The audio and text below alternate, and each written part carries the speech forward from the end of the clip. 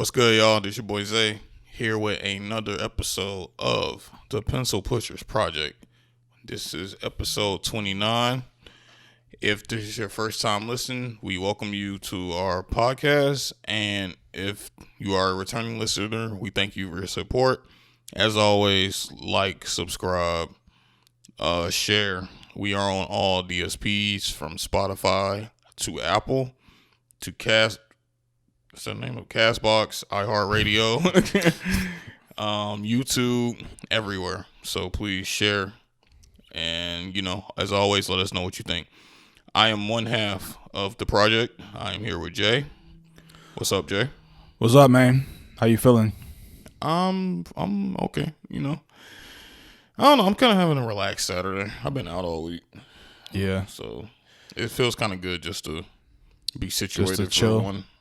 For one day. Yeah, no doubt. No doubt. Same here, man. Same here. Weather is Weird. Nah, it's I'm good. I'm good with it. Well, it's been on and off cold and hot. Well, yeah, early morning it's been like cold. So I guess in that aspect, I guess it's kind of weird, but I like it, man. It's like I said, fall is probably weather-wise or temperature-wise probably my favorite time of year. Like, it's not too cold, not too hot. So, I was thinking about wearing a hoodie, and then the weather did get warmer. So it was supposed to be a cold weekend. Yeah, that's what they said. They be saying a lot of shit. They be lying. Honestly, they haven't gotten one weather prediction right. Has a meteorologist ever been fired? Where they just be like, "Yo, bro, you ain't getting it, bro. You ain't on. You ain't cutting it." Because like, how much of the prediction can they like get away with? And you be like, "Yo, this is a guess." Like, I would imagine a meteor. I mean, honestly, how many people do you know that are meteorologists? You don't know too many people who are doing that as like a degree. So maybe they don't fire you because they can't replace you. Well, yeah, and I mean, it is a prediction, and I can't imagine unless you just do something outside of your job that could get you fired. Like, you over there pointing in New York talking about, down here in Florida, we got like, can you read? But nah, man. Another pretty loaded week of music, which is always good. So we got a lot to talk about in the a lot of music came out. Music. A few old men going at it.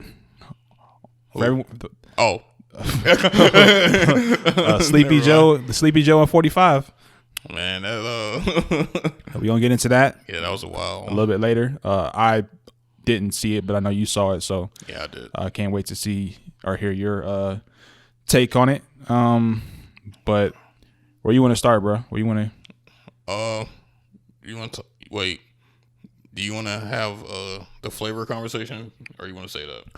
Oh, yeah. So, we got here with this illustrious assortment of candy. Of sugar. Free promo, but whatever. So, we're not blurring out the bags? Maybe not. So, yeah. So, we got our Jolly Ranchers out. And, I was doing a flavor ranking. So, starting from my favorite to least favorite, I got the watermelon, followed by blue raspberry, followed by cherry, followed by green apple, and grape. I never noticed they put green apple. Like there's another apple flavor that they would have. Why didn't I just put apple? I never realized that. But I digress. What say you about this ranking? Where are you at? Are you somewhere in the same? I might be in the same ballpark. I might have to replace. Oh, okay, second and third. Okay, so I might have to put cherry second. Okay, that's fair. I noticed that we dumped the whole bag out, and it took us a while to find the watermelon. Yeah. You think Jolly Ranchers are where? So I poured the bag out, and it was like mad green apples. Green apples. It was green apples everywhere. And of course, two black boys. Not a lot of watermelon left. But nah, man. So I just thought that was just kind of. We do rank candy though. We're not gonna pour the Starburst out, but everyone knows yellow Starburst is trash. Man, fuck Starburst. They gave me 2 flavors. They made it look like 10. So we got the duo which is like 2 flavors in one, but you only have 2 duos to choose from. So technically, they think they're like saying, "Oh no, we gave you 4 flavors, but you really did it." Yeah, like the wrappers matter. So basically, we only have 2 wrappers to really look at and admire. So, Starburst, shame on you. Yo, fuck Starburst. Yeah, that was dirty. That was a dirty move they pulled. Yeah. You know what's worse is that the actual duo pack has more flavors. That's a shame. But the biggest bag only has 2. That's the treason. That's a cold game, man. That's fucked up. Yeah. What's the worst candy that you like? Candy corn. That's down there. Black licorice for me. Oh, licorice. I think Twizzlers is the most overrated candy on earth. Overrated? Twizzlers is gross, man. No. I like the regular Twizzlers. I just don't like the like black licorice. You know, Starburst had like Twizzlers, kind of. Yeah, I remember they did like a little collab. That was actually kind of fire. That's because it was Starburst. Better than this shit. Better than this shit. What's another bad candy? You got black licorice, candy corn. I know I'm missing one, man. I can't think right now. What's a popular candy that like a lot of people like that you don't like? Babe Ruths. Okay, I was gonna say Snickers for me. Snickers are dope. I don't like peanuts, so that's just never gonna rock with me. Really? You like Twix? Yeah, Twix. 3 Musketeers. I've always liked 3 Musketeers. Milky Way. I like. The dark Milky Way is really good. Oh, this is not a candy podcast, but you know we gonna talk about it. You think Tootsie Rolls are overrated? What are they rated? Some people love. I mean, they had the commercial with the owl. I think they're accurately rated. Oh, the one, the one, the two, the but you see it. But you see that commercial though. That shit is like, it's the time frame that it looks like it's set in. It's an old man's candy, but it didn't deserve like a dance named after it. Well, maybe in that time. That would never work in the 20s. In the 2020. Yeah, you can't remake. Yeah, you can't do that.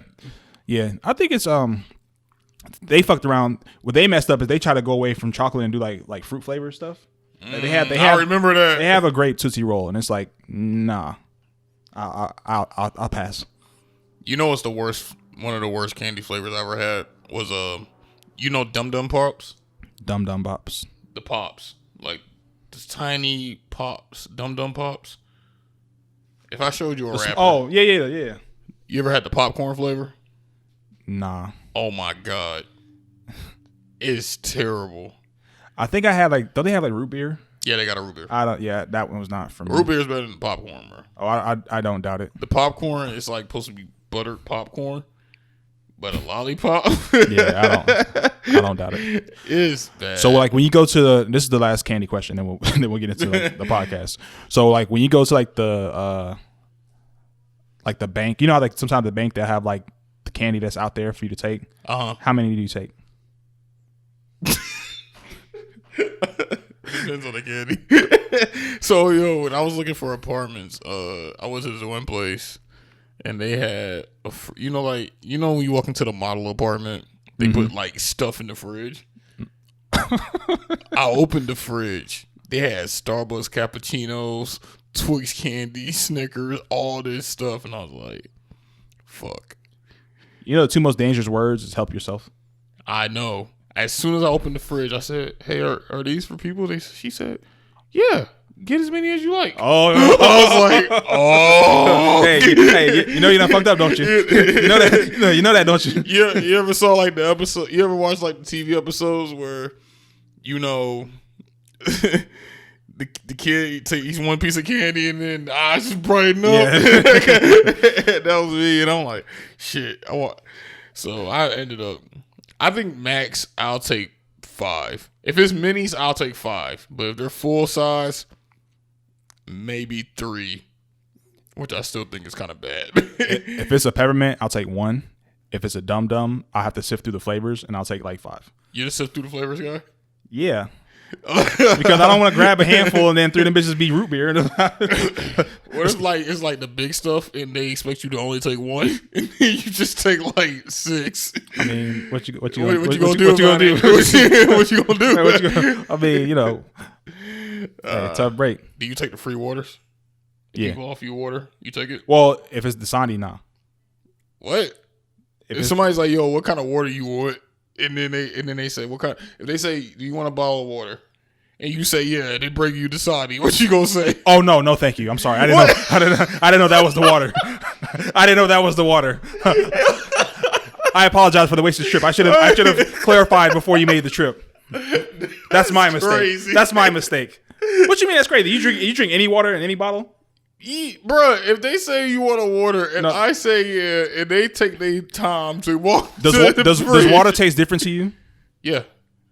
There's not nasty water to you? Yeah, of course. Dasani is... Nestle's is gross to me. And you would take a Nestle? If they took their time to go get it, yeah. Well, no. I would rather somebody who actually wants it have it. I don't want it. That's your logic? Yeah. Someone else who wants it should have it. It's gonna be water. It's gonna be water in some plant somewhere.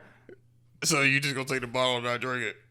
No, I would refuse the bottle. I would be like, no, thank you. I didn't know it was Dasani. That's crazy. I was not aware. Forgive me. It would be like if someone offered me candy and it had nuts in it. Like, I'm sorry, I don't. No, thank you. Yeah, it's just. Oh, I wasn't aware that that's what you had. Now that I am aware, you may return it. So, I guess, man. So like, you would feel insulted if he was like, "Here you go, bro." Like, oh no. Hell yeah! I look at you like, nigga. What you gonna make me drink it, nigga? I went behind the desk. I got this out the fridge. What you mean you don't want it because it's Dasani? You gonna put nigga in the headlock and be like, "Yo, nigga, you gonna drink this water? Drink this shit, nigga. You better drink." Man, please. I'll be mad as hell. Well, you'll be mad then. That's fine. Hey, that's fine. You could be mad. That's crazy. Yeah, I will not. Shan't not. Nope. Nope. All right, bro. So, all right, we're gonna start with a little bit of music news. Not much news per se, but we have been seeing the name Jaguar Wright. Who those of you who don't know, she is a singer, songwriter. She was more popular back in like the early 2000s and late 90s, but she's been making some rounds in recent history and speaking about different things in terms of things that Diddy had did, like forcing guys to we say give him head and stuff like that. Yeah, sexual things. She said give him head. Okay. Well, I didn't see it. So she also discussed Alicia Keys being gay and being a homewrecker and verbally assaulting her. Yeah. So just. And Common raped her, apparently. Common raped her. And this all kind of... and Black Thought like didn't write like his own raps or some shit like that. So this kind of started, at least to my knowledge, shortly after Malik B from The Roots had passed away. And this is like, that was the first time that I had heard of her. And she was speaking about Black Thought and other individuals as well. And I guess outside of like the criminal stuff, which would be like sexual or Common raping you, or allegedly, let me say that, Common allegedly raping you and things of that nature. I'm just not sure why she's coming out and spilling all this information. I just don't understand it. What do you make of it? I never heard of her before, so. But even just like just coming out of left field and just like. I don't know, man. I try not to say that, when people put accusations like this on people, it's for attention, but kind of seems like it's for attention at this point. She's calling out some big industry names too. Like, these aren't small time people. And what was her? What was she again? You said she was a VJ? No, she was a. Well, she is / was a singer and songwriter. For who? Well, she was like her own. Oh, she was her own artist? She was an artist. Okay. She's an artist. Cool, and cool. like I said, off the top of my head, I don't remember some of the stuff she's done. But she was, like I said, her name was familiar to me. Like I said, I just she was like in like the neo soul pocket. Oh, so okay. For me, I really, some of the things she alleged, like the whole thing about, hey, Diddy was forcing dudes to give him head, and in my brain, would you be surprised? Would I be surprised? I mean, it's Hollywood. I wouldn't be surprised. Do I think? I don't know what to think. It's her. She's just coming out and saying stuff. So yeah. But would I be surprised? No, because entertainment has, he made a nigga go get cheesecake. Well, that's not illegal. that's not, you didn't have. I mean, they didn't have to get it. I mean, they went and got that shit was wild. Yeah, that's a legendary moment in music history. They walked to Brooklyn, and then what they did, they just started fighting in the studio. If all y'all gonna do is fight, you damn right. Go get your cheesecake. Go get cheesecake, nigga. It's the only thing y'all can do is not destroy shit. I'm trying to get y'all to make music. Y'all want to fight each other all the damn time? No, go get your cheesecake. Hell out of here, man. Shit. I'm sorry, I didn't mean to. No, but so yeah, for me, I do think from personal things that she's alleging happened to her, I do think she's allowed to speak her truth if that's what she alleges that things that happened to her, alleging with Common. So I don't have any particular issues with that.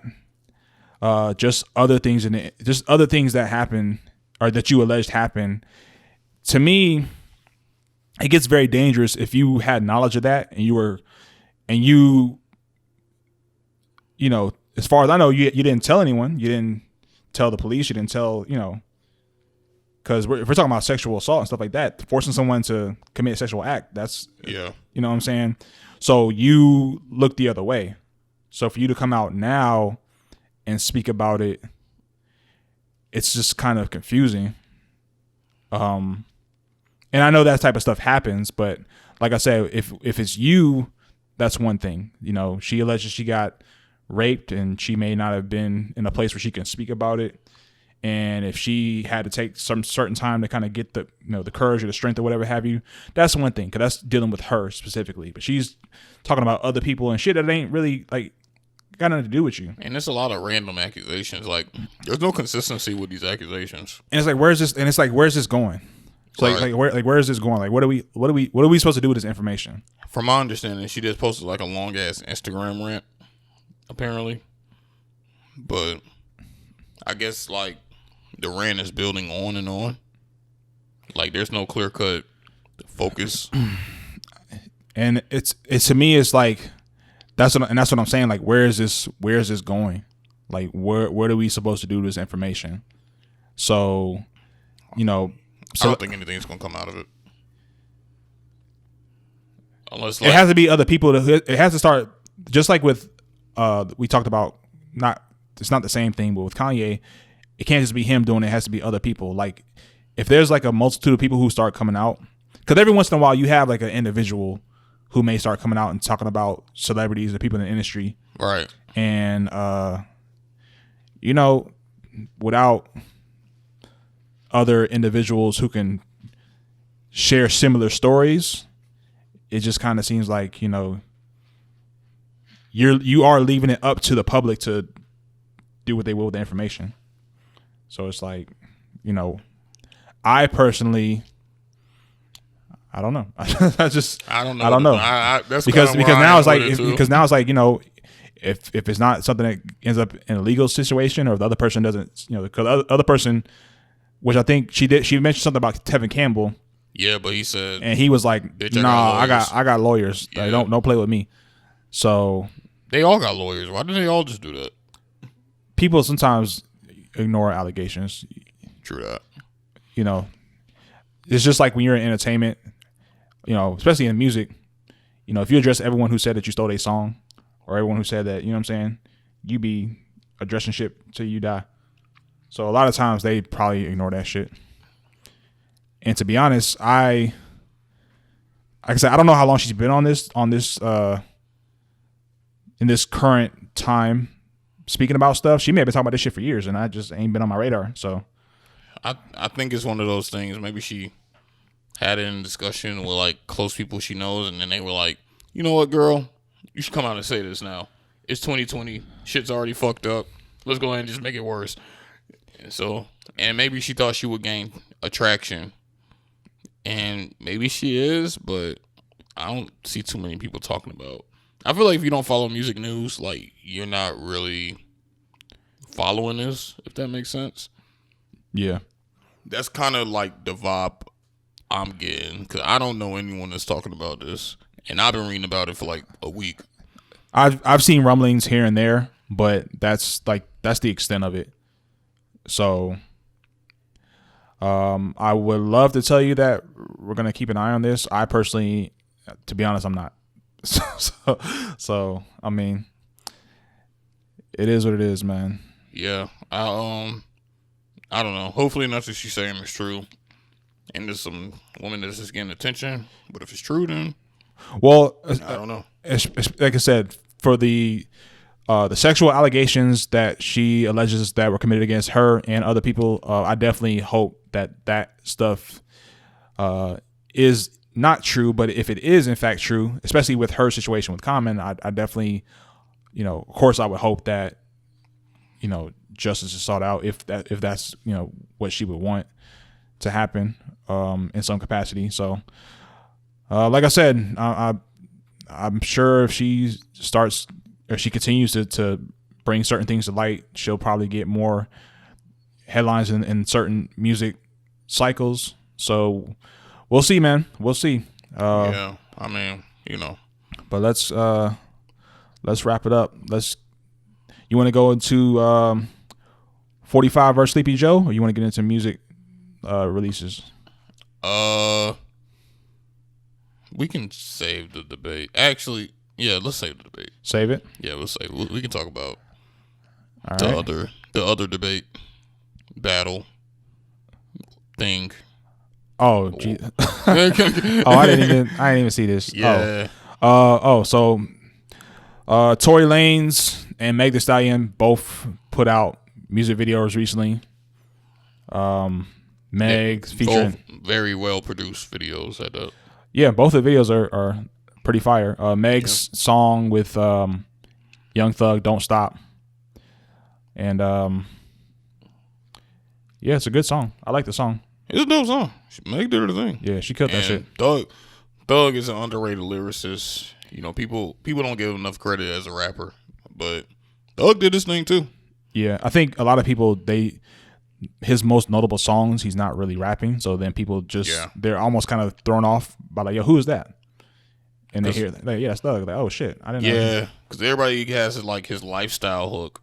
Yeah, that's what everybody like. That was like one of his biggest moments. Yeah, but like his biggest songs is not him rapping, so people just assume that he doesn't rap like that. Those aren't even his best songs. But I mean, if you don't listen to whole albums or follow mixtapes, I can see why. Yeah, that would happen. But I like the song. Yeah, I think it's kind of, but we both like the song.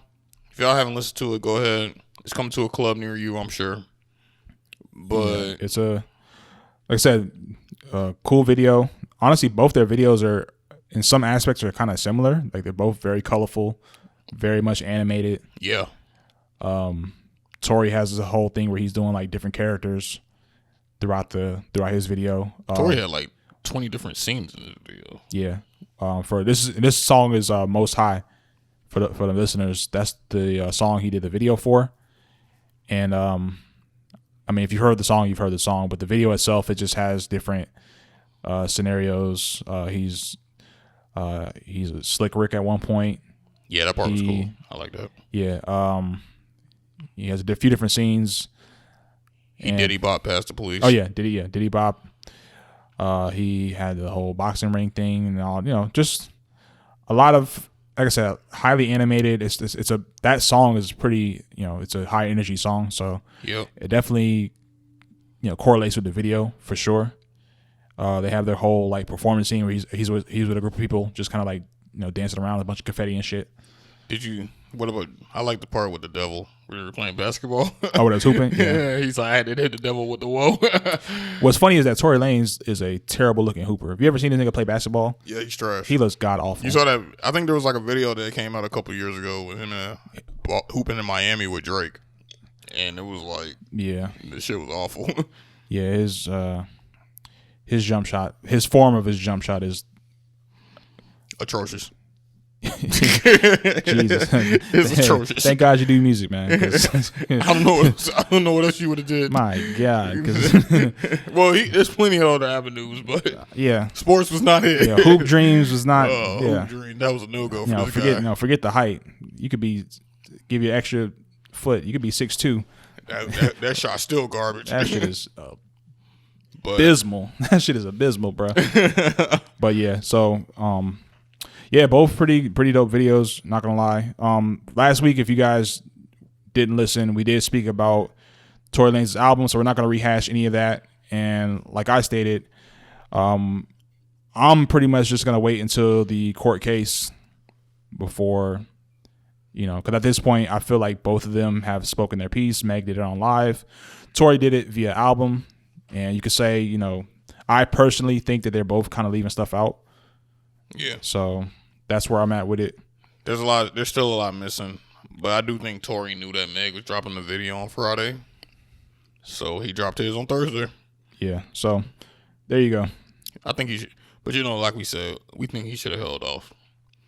Well, this would have been a pretty powerful video post court decision by a judge. Especially because of the title of the song too and the hook. So it would have perfect. It would have really meshed well had he had coming off of a not guilty verdict and then putting this shit out. But to each his own. Real quick, also before we get into the actual releases, so there were reports about his first week. He did 45,000, and people were quick to point out that this was half the amount of Chicks Tapes, which Chicks Tapes did 90,000 the first week. And then what was the Toronto? The new Toronto. Series. Yeah, so it's also less than New Toronto, and I think people have to remember that this is his first project, independent, with no press. With no radio singles, no label backing. So, people can, say what they want. And, this is at the end of the day, people listen to his music. People listen to it. And 45,000 as an independent. That's pretty good. It's not bad. That's pretty good. So yeah, this is just in the spectrum of music. We're not talking about the case. This is just the music. So, yeah. I think it's gonna be that court trial gonna be crazy. Yeah, it's gonna be definitely a doozy. So I told you I already told you. I've been seeing theories that she cheddar bobbed herself. Yeah, I mean that's kind of been floating around anyway. Like I said, there's so many different scenarios that have been floating around, and that's why I said for me when that happens, that means it's just time to just let it simmer down, let them get into court where they have. Cases are presented, documents are brought forth, testimonies brought forth, evidence is brought forth. I think people on both sides have gotten caught up in the court of public opinion. And of course, like I said, we're not going to rehash everything we talked about. But, at this point, I think people have their theories and, we will wait to see when we have more information in an actual court of law. So, yeah, that's what they say. That's that on that. So, and it's gonna be when's the court date? It's this month though. Sometime in October, to my knowledge. I don't know the exact date, but it's coming up. It's coming up. So it'll definitely be a discussion point in the future. Absolutely, for sure. So it's gonna be an interesting month. All right, so like we said in the beginning, there's a lot of music that came out this week, and we're gonna start with. I think we both agree that this is probably this to me was the best album that came out this week for sure. Savage Mode 2. Yeah. With Metro Boomin, or excuse me, 21 Savage and Metro Boomin. And people don't talk about how much of an improved rapper 21 Savage is and how improved he got in such a short amount of time. Listen to me and hear me good. When you have Morgan Freeman narrate your trailer before the album came out, I was like, "Oh shit, this might be kind of fire." And then Morgan Freeman, he's on the intro, he's throughout the album narrating, which I thought they did it really well, for sure. Before you even get into the music, but of course, the music was incredible. It was incredible, like you said. 21 Savage and Metro, I think they got a good chemistry. They got a really good chemistry.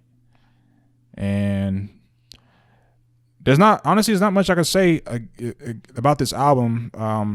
The only critique that this is just kind of me and maybe nitpicking a little bit, but some of the hooks I thought were kind of lazy. Just me, but the actual body of work is really, really dope. So he had a few bars in there that are kind of funny.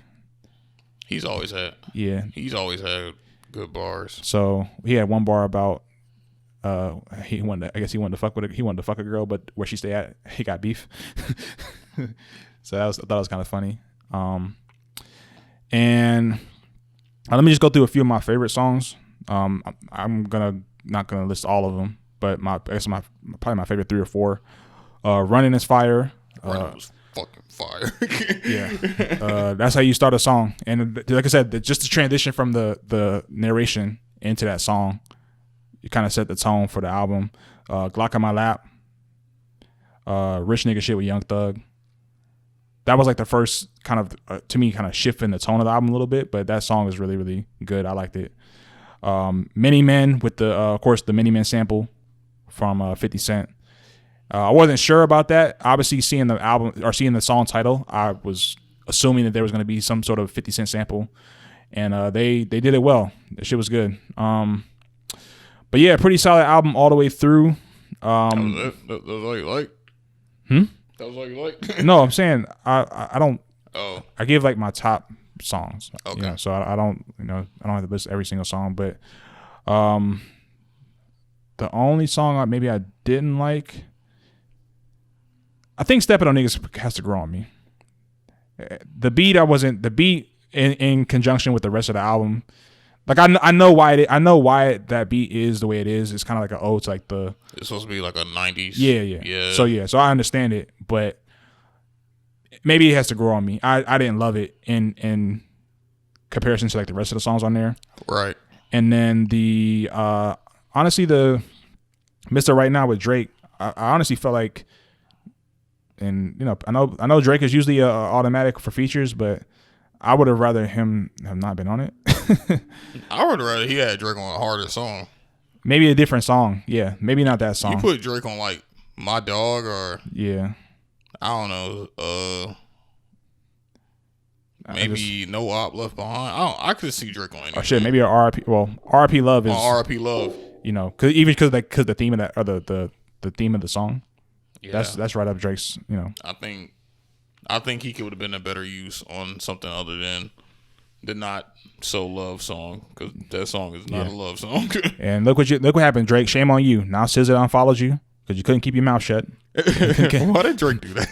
Come on, man. Why did he do that? Come on, man. Keep your business out the streets, man. That man Drake said I dated SZA back in 08. I was like, whoa. A gentleman doesn't kiss and tell, and that is certainly not a gentleman thing to do.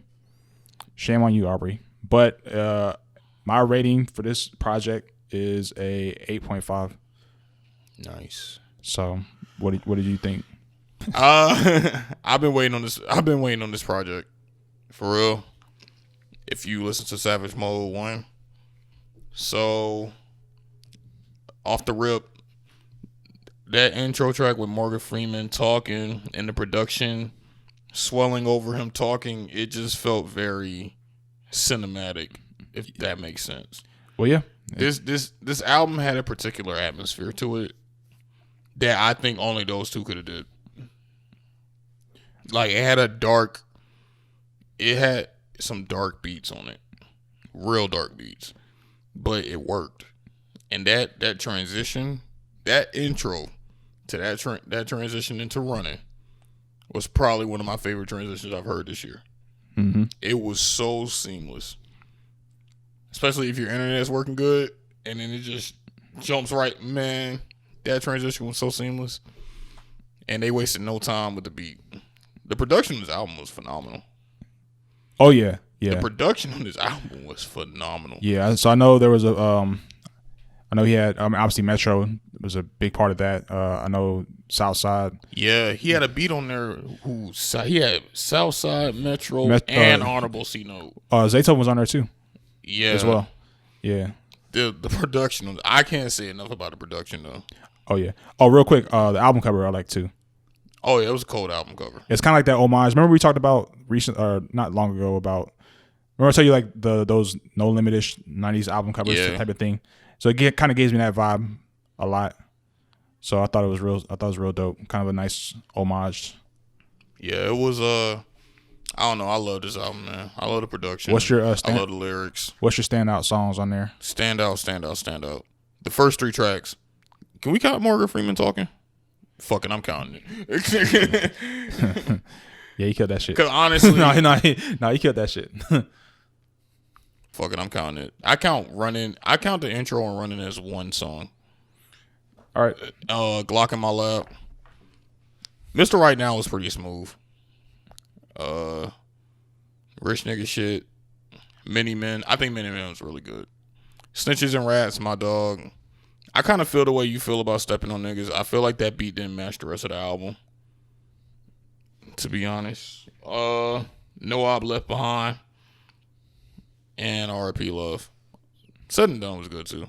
I liked a lot of tracks on the album, but I like like I said, out of technically 13 songs because there's a interlude and there's an intro, but out of 13 songs, I would say like I like 10 of them.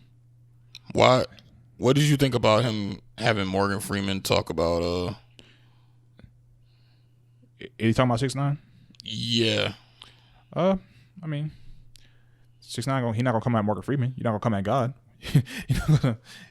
Yeah, like, but what did you think that part was like a really good part? Yeah, I thought all of his all of Morgan Freeman's narration on there was really good. And I looked at it almost. I mean, obviously, I know he's on a rap album, but I almost looked at it like a. It would be no different if he was a movie actor doing a role and talking about he was at a table as like a mob boss talking about snitches and rats with like other actors. Right. So it sounded comfortable for him because it sounded like something he would. It's almost like he's like a voice actor in this sense because that sounds like if. It could have very well have been, how they take scenes from a movie and they put on there like their albums, like that. It could have been something like that, but he just happened to narrate it for the album. You feel what I'm saying? Right. So I mean, he meshed well. Morgan Freeman meshed well, and I like that they didn't overdo it. Like they had him in certain parts doing narrations, obviously leading the album off. I thought it was dope to kind of have him meshed in throughout the album, but not like excessively. Mm-hmm. You know what I mean? So yeah, I thought it was I don't know, that was good. It was good. I really liked it. And Morgan Freeman's just cool. Like when people talk about, they have those conversations about, who would you want to narrate your life? Oh yeah, everybody says Morgan Freeman. Morgan Freeman, Samuel Jackson's there with a few more motherfuckers. So, but rating, I give it a 9. True that. You put Drake on a banger, 10. You put Drake on just a different song, it would have been a 10. Yeah. Glock in my lap. Oh, and something else I really liked about this album, 21 Savage's flow. Yeah. He played with his flow a lot on this album, and it worked out. They got in their shit on this album. I loved it. Yeah. I'm glad Metro Boomin is starting to come back to the light too. And I don't want to count Morgan Freeman as a feature because I don't think he's a feature, but the actual music, not a ton of features. which I think is dope. So you only had Drake, Thug, and Young Nudie. Right. So yeah, Young Nudie did his thing. Yeah, no doubt. So yeah, there you go. If you haven't heard the album, it's a highly recommended listen. I really enjoyed it. It gets the Pencil Pusher's stamp of approval. Blue raspberry rating. You took the cherry? I ate the watermelon. Damn, I couldn't even give it the. I was going to. Don't worry about it. All right, so yeah, dope project. Let's move to YG. You heard YG? Yeah. All right, so he started that album strong. My Life 400. Did you listen to it? Yeah, I listened to it. Okay. And I forgot Blood Walk. Sorry. Oh, that shit was hard too. Now I will say this. I'm not a huge fan of YG, to be honest. I like some songs he's on, but I've never been like a huge fan of YG. I don't know why. Well, I know why. I don't know. I guess sometimes his style is like hit and miss for me. But going into this album, so My Life 400, going into this project, it's pretty good. Didn't enjoy it as much as 21 Savage, but it's a pretty steady project. Wayne went off on his verse. Wayne went crazy. on Blood Walk. Wayne went crazy. Yeah, Wayne went off on his verse. Let's see. Rodeo. That's the one that had the How Do You Want It sample with Tupac's How Do You Want It sample. I think that was the song. Yeah, that was it. I don't know. I skipped it. Yeah, I didn't love that. I skipped it. Yeah. Swag is okay. Hate on Me I like. Hate on Me is hard with Lil TJ. Yeah. War Scars I really liked a lot. Surgery was so. The skits too, the traumatized skits. I don't know how I felt about those. Is that like his daughter that was on them? But it was just like some of the stuff she was. That was the part where they were talking about like the pigs are at the door or something like that. Pigs at the door. Don't shoot my dad or something. Yeah, like I couldn't get jiggy with that.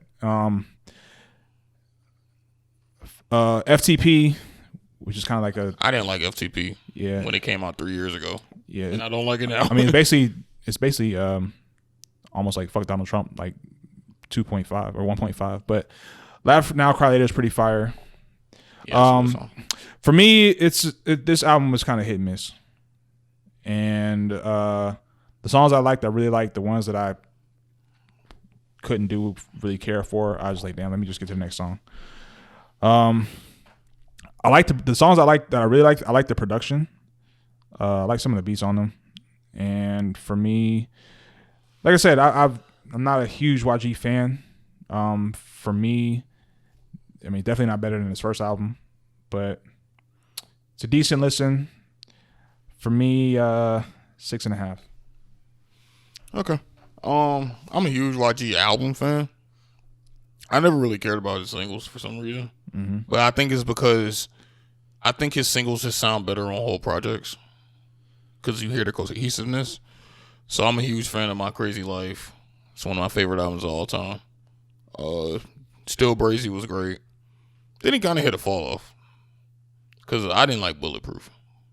He disappointed me with Bulletproof. So, and then he had the other one after Bulletproof. I forgot the name of it. And, this almost seemed like a return to form. I don't think he's ever going to go back to making like that true West Coast bop music. Yeah. Like you hear pieces of it on this album, like, Blood Walk. I think he had another one that sounded like that too. I just don't remember. But, he's always had good production. That's the one thing I'll give him. He has good production. He always has money behind his albums. Mm-hmm. And, when he delivers, he delivers. I can honestly say that. When he has that song, he has that song. So, I know a lot of people aren't fans of YG, but a lot are at the same time. But And, you know, people always try to compare all his albums to his first albums. I try not to do that because he'll never replicate that first album. He was in a different mind state. He was still in the streets. It was a different ball game at that time. Yeah. You know what I'm saying? Like, so I can't do that. That was a moment in time. Anyway, so I think it's an improvement over his previous album. It's not his best, but it's an improvement. What songs did you like on there? Jealous. I like Jealous. I like Bloodwalk. I like Out on Bell. Swag. Hate on Me.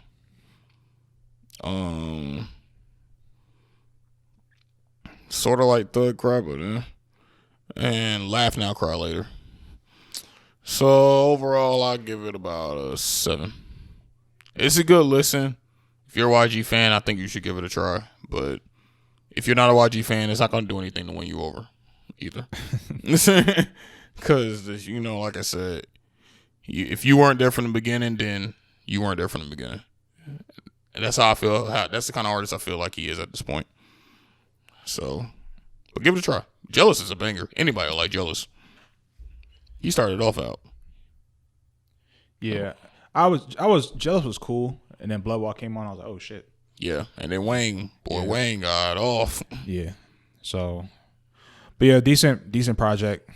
And let's go ahead and move on to Anniversary. Young Tiller. Bryson Tiller, after the disrespect of an entire fan base, putting out Trap Soul Deluxe. You think he definitely did that on purpose? Yeah, he thought he was gonna sneak in there with the whole Tory Lanez, and I don't know what that was about. But he comes out with a project, and for clarity, he has I don't want to say an actual project, but he has an album coming out this winter called Serenity. So this is basically like an anniversary for Trap Soul. So it's a lot of the vibes have that Trap Soul familiarity. The album cover is similar. Instead of looking to the left, instead of looking to the right in red, he's looking to the left in blue with a hat. So I guess Trap Soul for Crips. And listen to the album, man. The first track, Years Go By, starts out pretty solid. Beat is hard. He's getting his shit off. And then I'm not going to do a song-by-song breakdown. That's the perfect title track name for him, by the way. Yeah. Missing 5 years and making a first track, Years Go By. So that was pretty smart. That was him coming out the gate and kind of, addressing the elephant in the room. So where you been? Exactly. So I gotta say, man, as I guess you would say as a filler or an appetizer before, I believe the album that's supposed to come out is titled Serenity. So as a filler / nostalgic vibes from Trap Soul, I like the project, man. It's pretty good. I thought about giving him an apology, but I'm not doing that because you was wrong. Next album yeah, exactly. Now if Serenity is fire, then I'll walk back a little bit of my frustration from last week. But yeah, man, it's a pretty good project. The only, again, for me, I like him rapping, man, and I wish he would have kind of rapped more on the project. He does in the Timeless interlude. He starts getting off a little bit. But I would have liked him to rap a little bit more. But he has some really good songs. For me, Years Go By, Always Forever. Always Forever is fire. That's great. Always Forever. And that's what made me almost say like, my bad. Forgive this nigga. Yeah, I was that one song. I was almost like, yo. And then Sorrows was another one that said I was almost like, all right, man. I may have said some things in the heat of frustration. I think it's impressive that he sounds like he hasn't missed a step in 5 years. And that's why I was and honestly, and I know you're gonna give your take on it in a second. Like I was kind of upset hearing Inhale after hearing all these other songs that are like way better. Like, yo, why would you put that shit out? But nonetheless, it sounds good with the album to me. Yeah, I think some people would agree with that.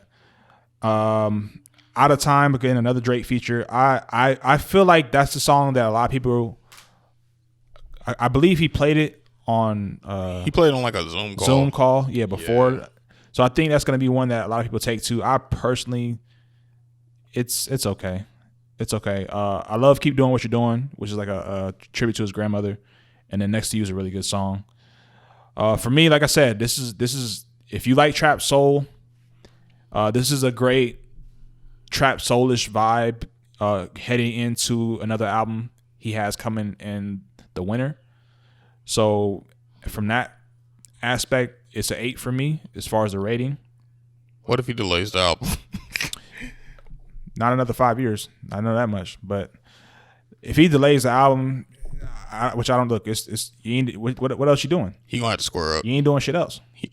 I'm gonna tell him to drop his location. Shit, square up. I know that cap off your head, nigga. Yeah, for real, nigga. Hey. Yeah, it'll be next album be Funeral. But nah. Yeah, so like I said, for me, I really like the project. You know, it sounds great. It sounds like I said, he still got it in him, man. That's one thing I did get from it. Like, he still got it in him. So I hope he follows this up on his Serenity project, and I hope I'm blown away. I'm gonna try not to compare it to Trap Soul. I hold Trap Soul in just such high regard, and I think a lot of people do. So when they hear this, of course it ain't Trap Soul. I feel like some of these songs, especially either I'm Ready for You or Times Change, one of those, I'm like, yo, this Things Change was hard, man. Yeah, that was a good song. Probably, yo, he should have slid this shit on there. He should have slid that on there on Trap Soul. But yeah, man, for me, much more better. I feel much better about Bryson than I did last week. So for now, he's out the doghouse. He's in your good graces. He's out the doghouse, man. I'm not gonna say good graces, but you know, like when kids get whooped and then like you say, come down here and get some food. So now he can come down and get some food now. So he ain't exactly out of trouble. You know, sometimes you ever get whooped and you think it's over, and then you're like, no, nigga, you're still grounded. Like, what? What? But you whooped me? What the fuck? But nah. So yeah, man. I enjoyed it, man. Like I said, 8 for me. And what did you think about it? It was good. It was refreshing to, you know, after that shit he did last week. I felt kind of the same way you felt. You know, he owed us. Yeah, man. How dare this nigga drop an album with leaked songs? The goal. Like, especially an album that came out 5 years earlier. So, you know, it was a good album. I like the production. He sounds very Bryson-y on it.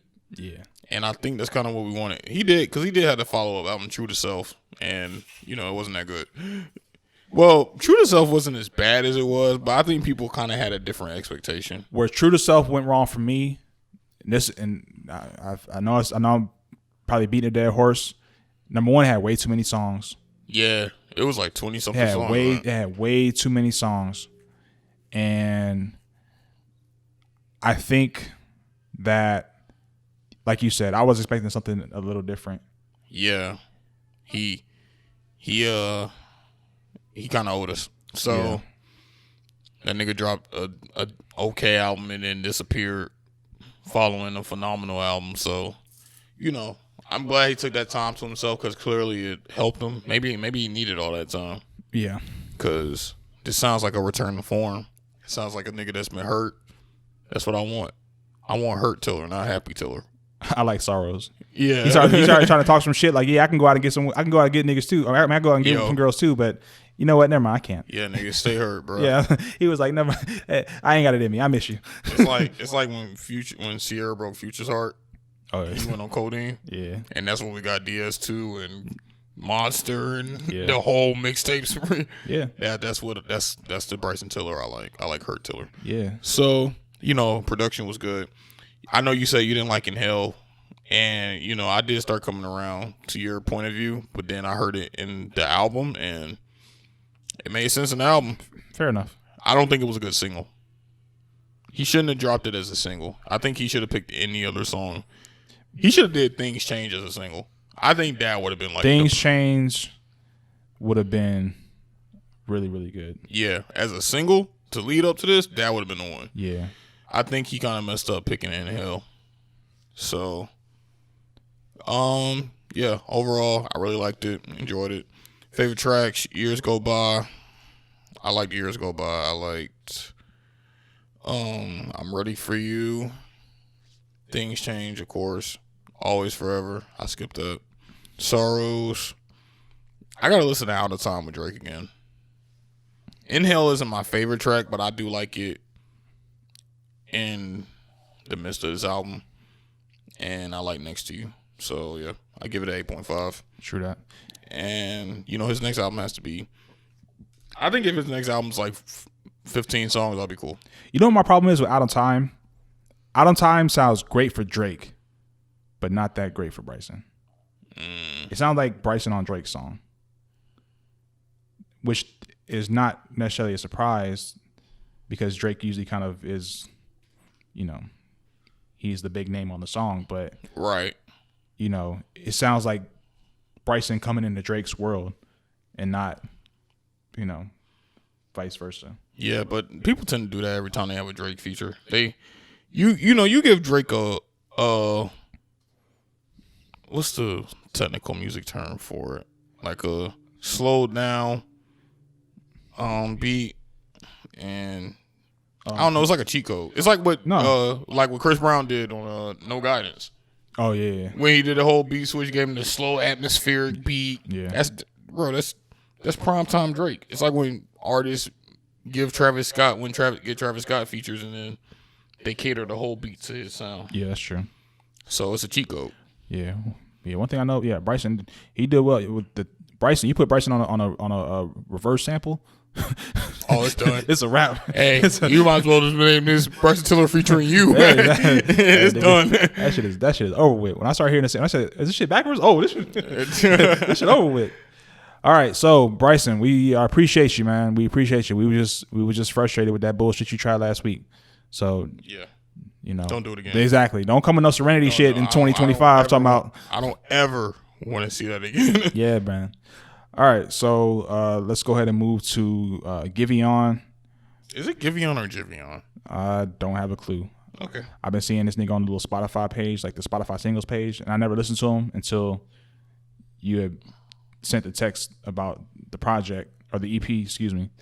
So Giveon, he is an R&B artist. I don't know too much about him, to be honest, but we are highlighting this particular project, number one, because I think it's pretty dope for 4 songs. Yeah.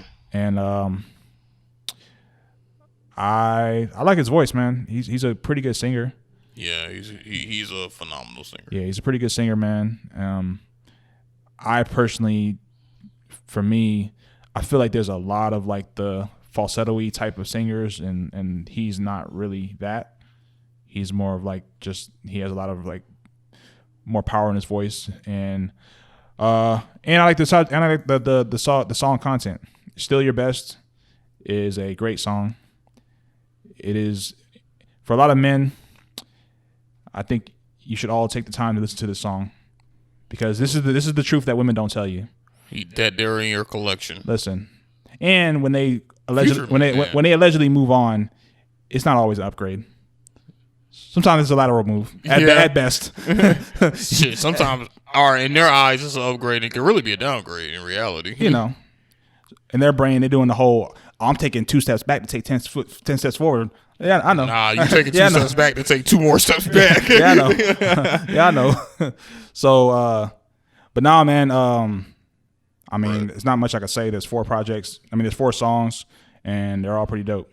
Bro, that bar on Stuck on You. I can't say I love you no more, cause my friend's gonna judge me. Yeah. Boy, I was like, oh man. I heard that. I was like, nigga, what? Yeah. This nigga's he's speaking. Yeah, he talking. He was talking on Stuck on You, bro. Yeah, he talking that shit, man. That shit. That's an IG caption, a bar, a real life quote. Yeah. That's something people don't talk about enough, man. Yeah. So, like I said, it's 4 songs. I'm not gonna rate it, but Yeah, nah. if you are into some R&B and you need another male voice, I think Giveon. Pardon me if we're pronouncing your name wrong, but it's definitely a dope project. I like it. Yeah, And, this made me. I'm definitely looking forward to whatever else he if drops. this is gonna be a subject matter, I'm with it. I can't say I love you no more. Hey. Come on. My boy's gonna judge me for sure. Oh my God. What a line. What a line. Keep it a buck. Your boy was a downgrade. Yeah. Keep it Be honest with yourself. Yeah. So yeah. Is that it for music? Yeah, man. We've wrapped up the music and we're gonna get into the main event of the evening. Is it really the main event? No, not really. Oh. 45, Agent Orange, Donald J. Trump versus Sleepy Joe. Joey Joey Budden. Joey Badass. Joey, if you ain't vote for me, you ain't black. Biden. Hey, did you see that when that happened, Donald Trump dropped those T-shirts? What? That said, if you... I think they said, if you don't vote for me, you ain't black. And it had the little hyphen, Joe Biden. Trump dropped it for his campaign. I was like, I ain't gonna lie, I might buy one of them shits. Merch. Free merch. That's a business. That's a businessman for you. Through and through. I ain't gonna lie, whoever Trump marketing guy is, he's a genius because that was perfect. Through and through. All right, so Monday, Tuesday? Was it that long ago? Damn, it was that long ago. What's today? Saturday? I feel like maybe it was on Tuesday. It wasn't. Yeah, it was like earlier in the week. Okay. Presidential debate between presidential candidate Joe Biden and current U.S. President Donald Trump. I was not in the mood to watch two old men bicker, so I personally didn't watch it, although I understand I missed out on quite a entertaining treat. You missed out big time. So please fill us in on your takeaway from the...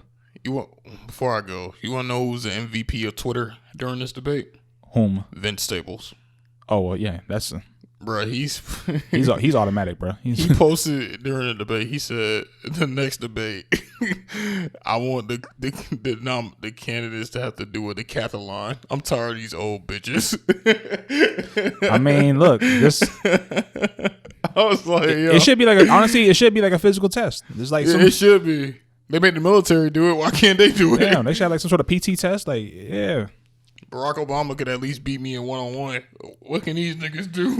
Yo, real quick, should there be like a cap on like the age that you can run for president? Yes, absolutely. Because both of these niggas finna fall over. Both of these, because you dealing with niggas. The reason why I don't like it is because you deal with people who are already set in their ways, and they don't see past a certain. They only see things. You at that point in your life where you're kind of conformed, and if you gotta adjust, it's kind of hard.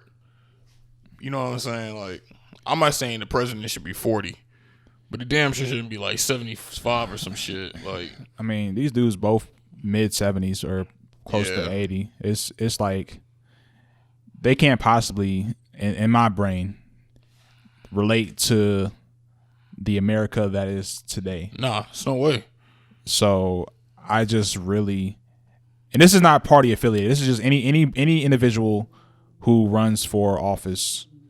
I don't know if I would extend that to local positions, but hell, may not be a bad idea either. It's just, like I said, there's a certain stress that comes with, being the leader of the free world, and just, hell, even when Bernie was running, Bernie damn near had a heart attack. I know. And Bernie, honestly, Bernie was like the old nigga I would have voted for. I like Bernie.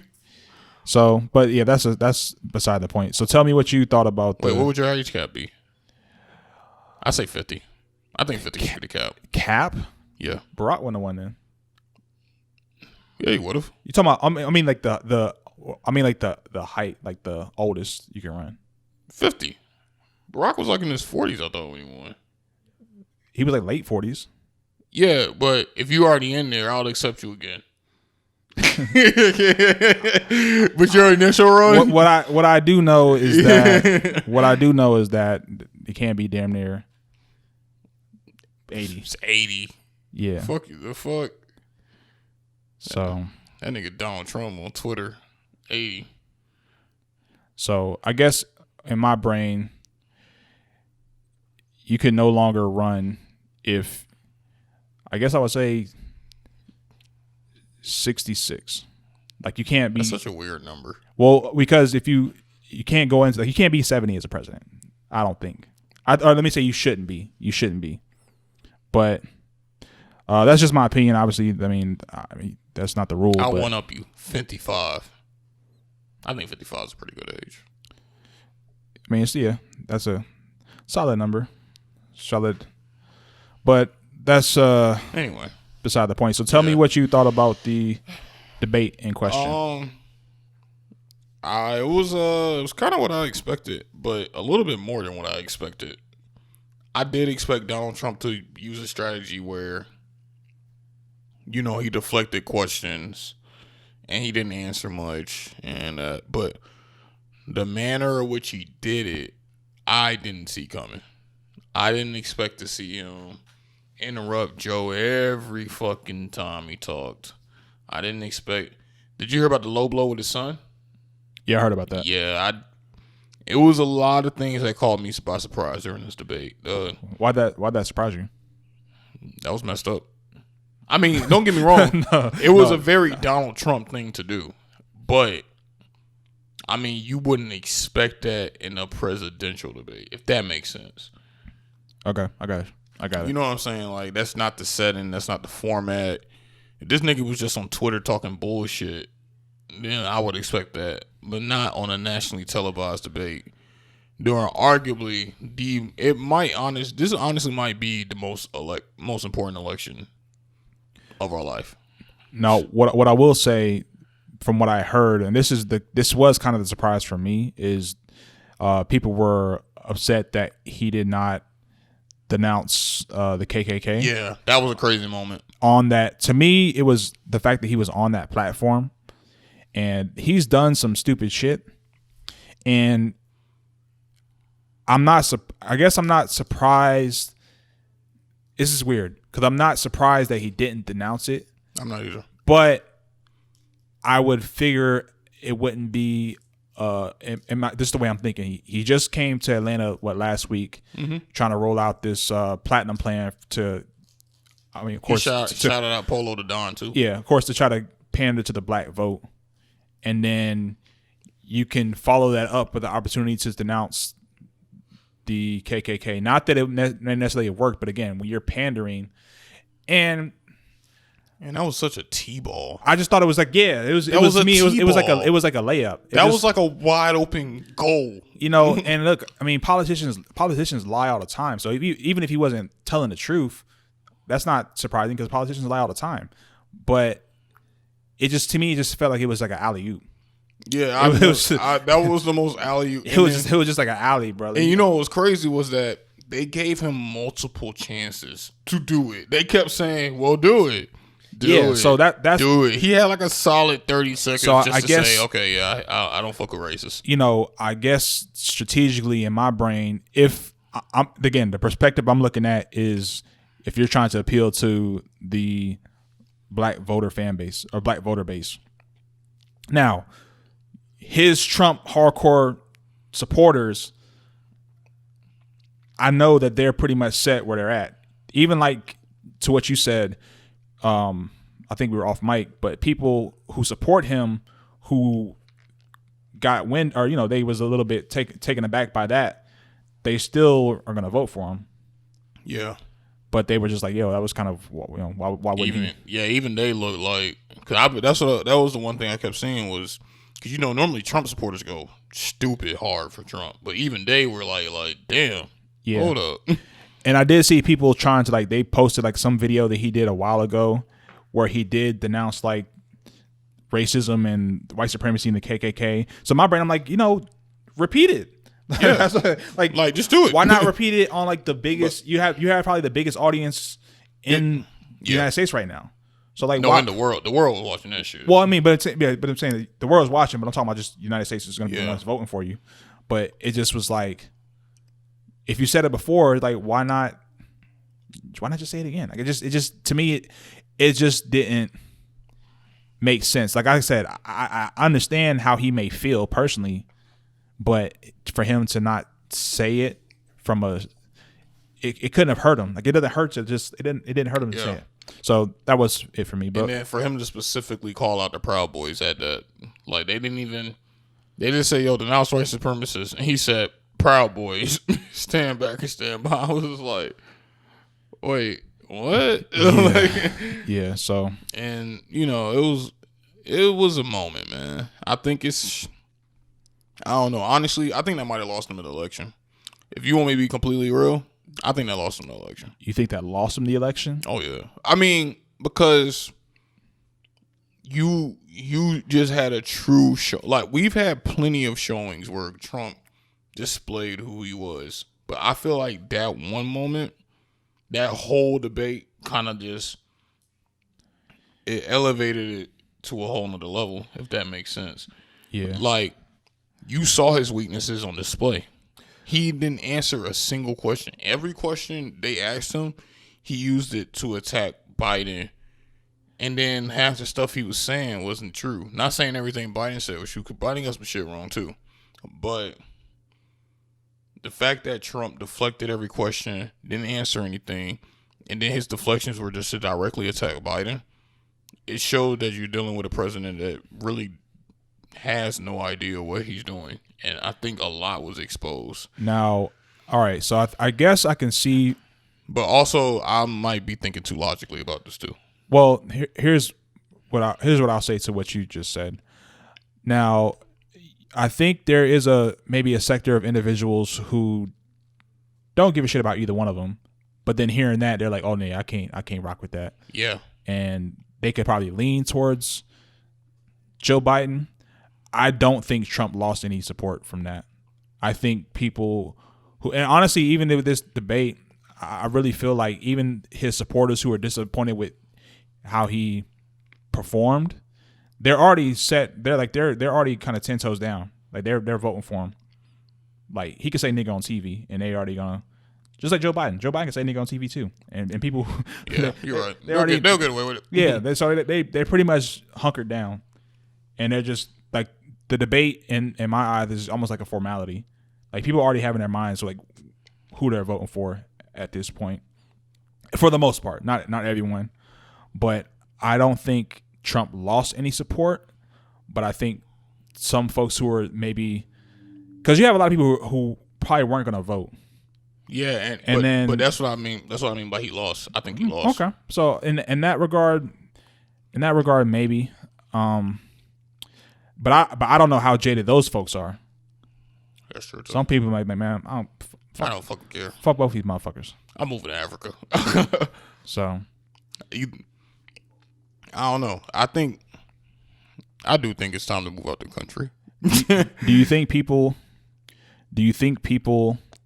that don't vote get to complain? Because I hear that a lot.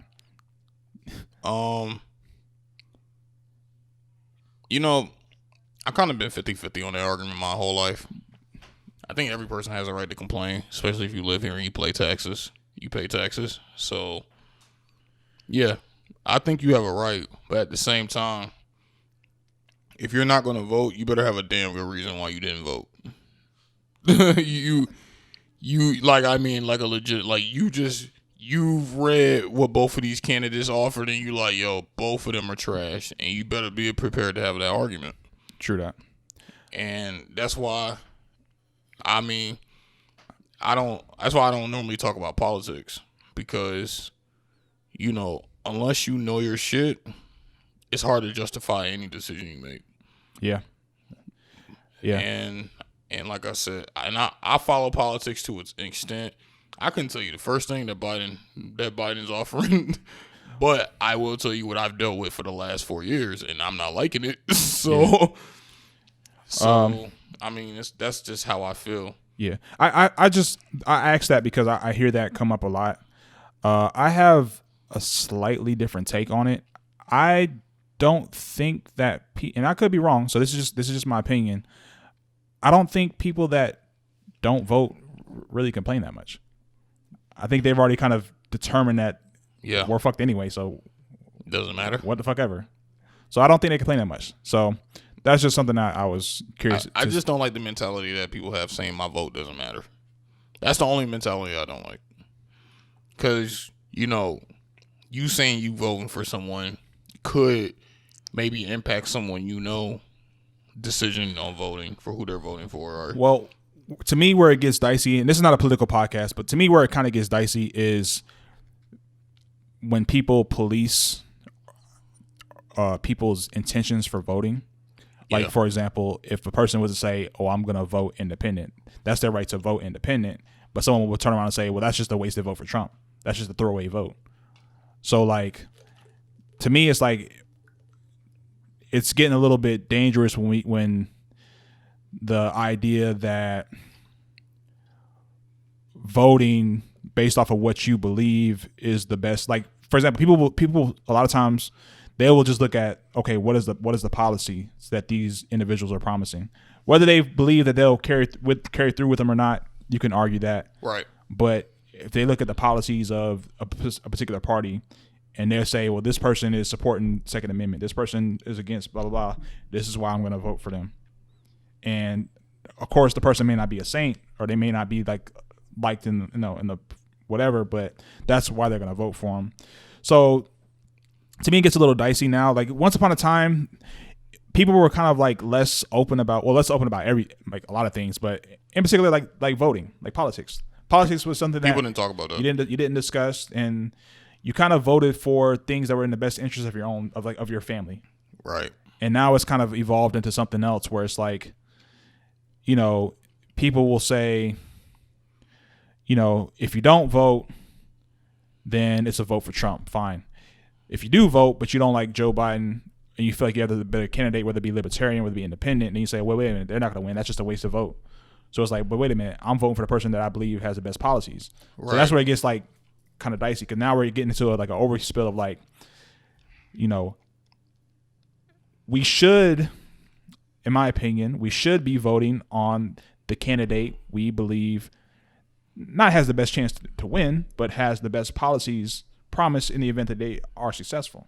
Right. Like, I hear a lot about, again, not a political podcast, but just yapping. So I hear a lot about like a two-party system when technically we have multiple parties. We don't have just two parties, but we've kind of been conditioned to believe that that's the only way options. And we haven't considered,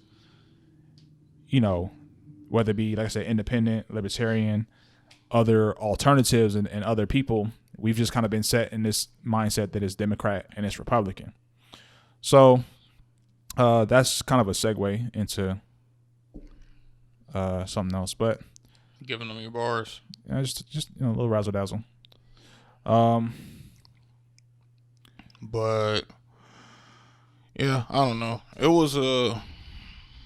was interesting. It was definitely a revealing moment for both gentlemen. I think one thing people aren't paying attention to is how Joe Biden held his cool. I think that spoke volumes, honestly. Even after Trump said the shit about his son, everything, he held his cool, and you could tell he was trained for that moment. Yeah. He definitely had somebody saying a bunch of dumb shit. He probably practiced his whole thing and had people saying dumb shit while he was doing it. And he had to learn to ignore them, how to retaliate properly. Because honestly, after Trump said the thing about Joe Biden could have lost his shit and it would have been perfectly justified. Yeah, I just wish the rest of society would follow suit. Like, what's fascinating about Donald Trump is I feel like a lot of times he garners the attention that he has is because people, they entertain a lot of his bullshit. Right. And like you said, Joe Biden, I'm sure he prepared himself for, hey, he's going to try to get under your skin with certain, certain comments, certain remarks, but don't get wavered by that. Stay focused on Right. what we want to try to accomplish in this debate. So from that perspective, salute to him for that. I also like the fact that he owned the thing with his son. That was something else. He owned it. He said, "Yo, yeah, my son was a drug addict." Like, nah, he didn't deny. I don't know. It was a lot of interesting moments, man. Yeah, They had the pack the court moment too, where Judge Biden, where he didn't answer that question. But honestly, if you don't follow politics, you probably don't even know what that meant. So, but in case y'all don't know, packing the court just means packing the. There's 300 seats in the. Fuck, which one is it? It's in one of those fucking branches or one of those government buildings. Oh, what? But basically, it's saying, are you going to fill the court with a bunch of Democrats? Basically, that's all packing the court means. Because there was a lot of analysts paying attention to that. But if you don't follow politics, you don't know what that shit means. Because I didn't know what that shit meant until like 2 weeks ago, right before the debate. So, yeah, I don't know. If you didn't see it, go look at the highlights. If you haven't registered to vote, go vote or register, please. I don't care who you vote for, just fucking do it. Just remember, if you don't vote for Joe Biden, you ain't black. On God. And, yeah, that's on moms. All right. Where we at? Trump caught COVID. Oh yeah, so we don't got to go deep into this, but all right. Donald Trump has. It was announced that he and his wife, I believe. Yeah, they both caught COVID. They tested positive for COVID. I believe they were transported to a hospital, and they're currently quarantined right now. There are a lot of people who are speculating that he does not have it, and this is all a hoax, if you will. There's a lot of people who are wishing that he does have it, and that COVID does its thing, as it does with older people. But I don't want him to die. I just don't understand that. Yeah, I don't want him to die. Listen, man, I get it. The man is not a great man in a lot of people's eyes. So we're in a weird space, man. Like, once upon a time, we didn't really wish death on people. You didn't really speak ill of the dead. Even if you didn't agree with certain things they did when they was here, like once they died, like that was kind of it. It's like if you had beef with somebody and they died, it's like, you don't continue the beef. It's like it's over. You know what I'm saying? Right. So, but if he does in fact have it, I'm gonna be honest. I hope he does recover. I don't want him to die, regardless of how I feel about him. I do want him to feel some of the symptoms, but I don't want him to die. I think for him, if he does have a lot of the symptoms that, especially at his age, where he would be definitely susceptible to a lot of the symptoms associated, perhaps this could be a humbling moment for him. Once upon a time, this was considered a hoax and a fake virus. And, you have now deceased Herman Cain, who was at the one of the Republican rallies, and he eventually contracted coronavirus and passed away after kind of proclaiming that it was not, in fact, a real virus. So, yeah, and again, same with him. I know a lot of people talked about him when he died and stuff like that. I personally just, like I said, the man's dead now, so I feel no need of kicking the man. There's maybe a bad analogy, but you mean speaking ill of the dead? Well, yeah. So just we got to do better with that, but that's for a different day. I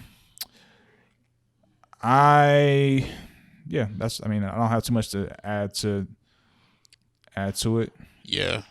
I'm just, I don't like to see people wish death on people, and I don't wish death on Donald Trump. I want him to feel some of the symptoms, but death, nah, not really. But well, to me, it's like you have to be careful with the mentality, because if we're all talking about, if a lot of people are talking about, this is a terrible disease, we're all in this together. Yeah. Like he's part of Together. He's a part of it. So it's like you can dislike the man and not wish death on him. Like it's not like that hard. Like and wishing someone, like we can't be in this weird space where saying I don't wish death on a person is like co-signing the things that they do. I hope we're not like that, like stupid to where we can't like differentiate and separate things in that way. But I don't know. Like I said, him and his wife are currently quarantined at the moment. Someone else, forgive me, I don't have the name. I want to say a governor or someone else had contracted or tested positive for COVID. Oh yeah. Oh shit. I know what you're talking about. Yeah. So yeah, and like I said, that's something that we don't want to have to be something that we start doing where people that we don't like who contract COVID, we wish death on them. So let's be better than that, people. Let's try to be better than that a little bit. So, all right. So what you been watching, man? I've been watching Lovecraft Country. I ain't gonna lie, that show's getting kind of trippy. But what episode are they on now? What episode are you on? Episode 7. They just had an episode called I Am, where basically, if you don't watch it, I don't care. If you haven't seen the episode, I still don't care. So basically, the auntie of the main character, Attic, she goes on this little adventure through a bunch of weird shit. Like she's like a backup dancer for Josephine Baker, and then she becomes like some tribe leader, warrior, where she has to learn to like stand up and fight for shit. And I guess it's like a self-discovery journey, but she has the power. She develops the power to basically, she can say she wants to be anything and she becomes that. So she can say, I am Bill Gates, and then she becomes Bill Gates, but like the black Bill Gates or whatever. Because the whole, you gotta remember the whole show is racist, so it's still like a race-centered show. Who's rich? Byron Allen? Yeah. I guess I could have came up with a better one. It's fine. It's cool. So yeah, she goes through all these things, all these courses and tribulations, basically to discover like her own self-worth. I think that's the point of it. It's like, as a black woman, know your self-worth. And it's a really good episode, actually. And I honestly am starting to see how much money they really gave J.J. Abrams and Jordan Peele, because, man, this show had to cost HBO a lot of money, because the amount of shit I seen in that episode was crazy. I will say this. If you have not watched a single episode of this show and you want to hop in on episode 7, don't do it. You will be lost. If you have not, this is one of those shows you have to watch every episode of, because every episode tells a different story from a different character. Even if that character had like a 10-second cameo, they'll make a whole episode focused on that character. And if you don't know shit about that character, that's on you. So it's a great show. Wait, have you watched it? No, I haven't started yet. Oh man, you sleep. It gets a stamp of approval. Good to know. Now I'm gonna, there's a lot of shows I need to, not a lot, but there's a few shows that I have that's in my on my list. So I have caught up on. They released another episode from The Boys season 2. So episode 7, I believe. And this is getting close to the season finale. I think the season finale is next Friday. And this episode was good, man. Like, I would say the first scene of the episode is kind of like a parallel, not a parallel, but it's just kind of like symbolic of what's going on in society. So I'm not going to spoil it, but what I will say is it deals with how people are influenced and consumed by the media and how they respond to that. And the first scene of that episode kind of illustrates that in a very, very profound way. And then the middle of the episode, there was a little bit of action, a little bit of fighting, and between like Black Noir and some other folks. And then like the last scene of the episode, again without spoiling it, shit's crazy. It's getting wild. Shit's crazy. The shit is crazy. Listen, if you watch The Boys, you know they don't shy away from graphic bloodshed, graphic anything. And so right now they're trying to they have the Vought company on trial because it's been discovered that they're doing some things illegally, and they're trying to sort that out. So again, this is not telling too much of the episode, but it's a good episode. And Homelander's a fucking G. Homelander is still the best character in that show. So yeah, it's you know, I think people have kind of gotten over the whole weekly episode release thing. So the next week is going to be the season finale, and I'm sure it's going to be crazy and disgusting and graphic. It's on episode 6, right? 7. Yeah. How many more episodes you said? They do 8. So it's time for me to jump in. Yeah. Well, so next week will be the end of season 2, which means there'll be 2 seasons that you can tap into. So what's your most anticipated episode? Wait, were you done talking about The Boys? Yeah, more or less. What's your most anticipated show now? Snowfall. Okay. Matter of fact, they just the main actor just posted something on social media saying we're back. That's all I need to see. Franklin motherfucking Saint. That's all I need to. That's all I need to see, baby. So yeah, if you don't, if you haven't seen Snowfall, it's on FX, and I would definitely, if I was you, I would definitely watch it. I think you like it. My most anticipated show right now is Mandalorian. Oh yeah, you did. Yeah. Season 2. I'm ready. Yeah.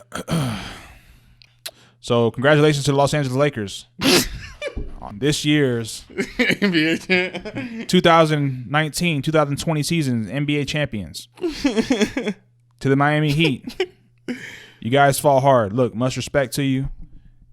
Jimmy Butler, he's always had my respect, and I think he finally got with a group of guys who can match his energy, match his mentality. And I hope they come back. No, they'll be back. No, I mean I hope they come back on this series. Oh no, they won't. They won't be back. They won't be back. They're gonna take that bus right back down to 305. So, shout out to the Finals MVP Anthony Davis. You laughing? It's look, man. You could Bam Adebayo's been hurt. Dragic is hurt. That's really what killed the series. And it is a little bit disappointing just because I picked the Lakers to win, but not seeing a team at full strength is kind of disappointing from a entertainment standpoint, like watching the games. But Jimmy Butler fought hard. He almost had a triple double, I think, last game. Mm-hmm. You know what I mean? Udonis Haslem in the huddle got them boys fired up to get ran out the gym, but I respect it.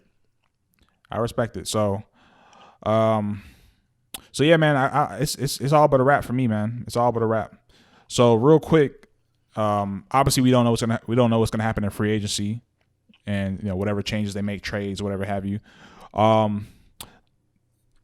Assuming that the Lakers are gonna win, which I already have done, who do you think is going to be the most dangerous team? Not the Lakers next year. Not the Lakers next year. The most dangerous team. Because they'll be like the defending champions. So who would be like the most dangerous team to dethrone them? That's a good question. I don't know, because I think next year is going to be tougher than this year. I think because this year showed a lot of teams that you didn't expect to be good, to actually be really good. And then on top of that, you had the league's top players hurt. You had Steph Curry hurt, Klay Thompson hurt, Kevin Durant. Kevin Durant hurt. Kyrie Irving hurt. Who else? It was a couple of them. So you had a lot of injuries this year.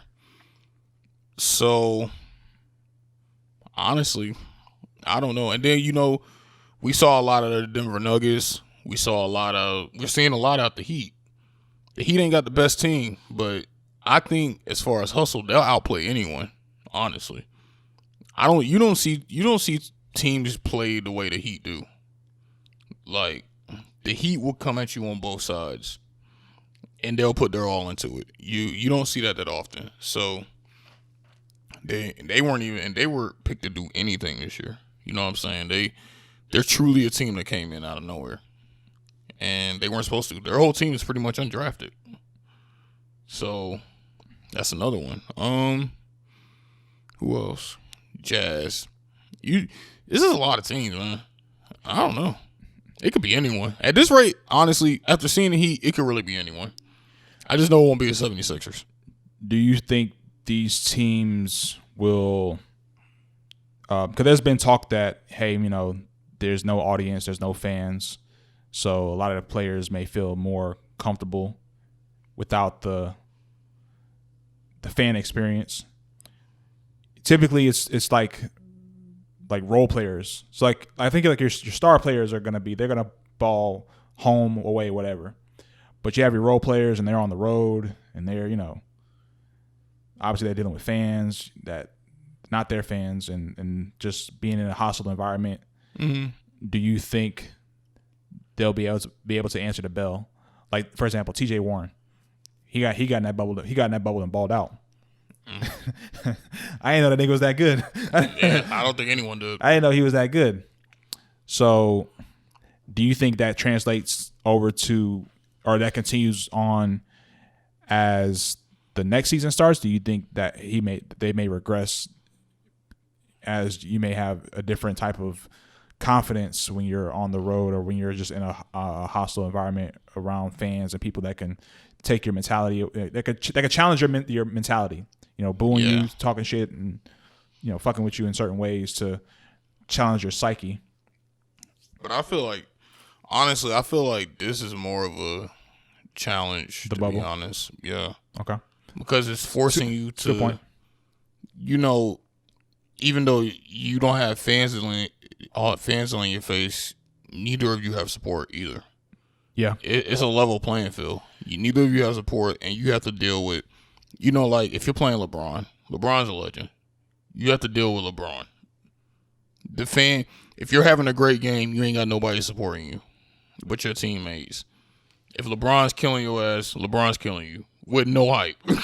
Yeah. You know what I'm saying? It brings more of a, I think I said this before, but I just think it brings more of a focus to the actual game of basketball. So honestly, if this didn't make you buckle under pressure, I don't understand why fans would. The only time a fan should distract you buckle under pressure is maybe if you're shooting a free throw and you got some fans trying to show their dick or something. While you they'll get put out. Yeah, I know, but you know what I'm saying. Unless it's some shit like that, like after doing something like this, man, I think this takes way harder focus. To be honest with you, at least you got distractions in those fucking stands or something. Like, yeah, you ain't got nothing here. You got a bad game, and then on top of that, if you got a bad game, you got to walk through the hallway and see these niggas. Yeah, that's true. Good point. I was just curious. That's why I don't agree with this whole asterisk thing either. We ain't got to dive into that, but no, I got you. I don't agree with that. I got you. All right, and let's see. A bunch of NFL players got COVID, but we're not going to get into that. But yeah, among them, about a dozen Titan players. Cam Newton. Which means Cam Newton have to sit out 2 weeks. I thought they delayed the whole game. Good.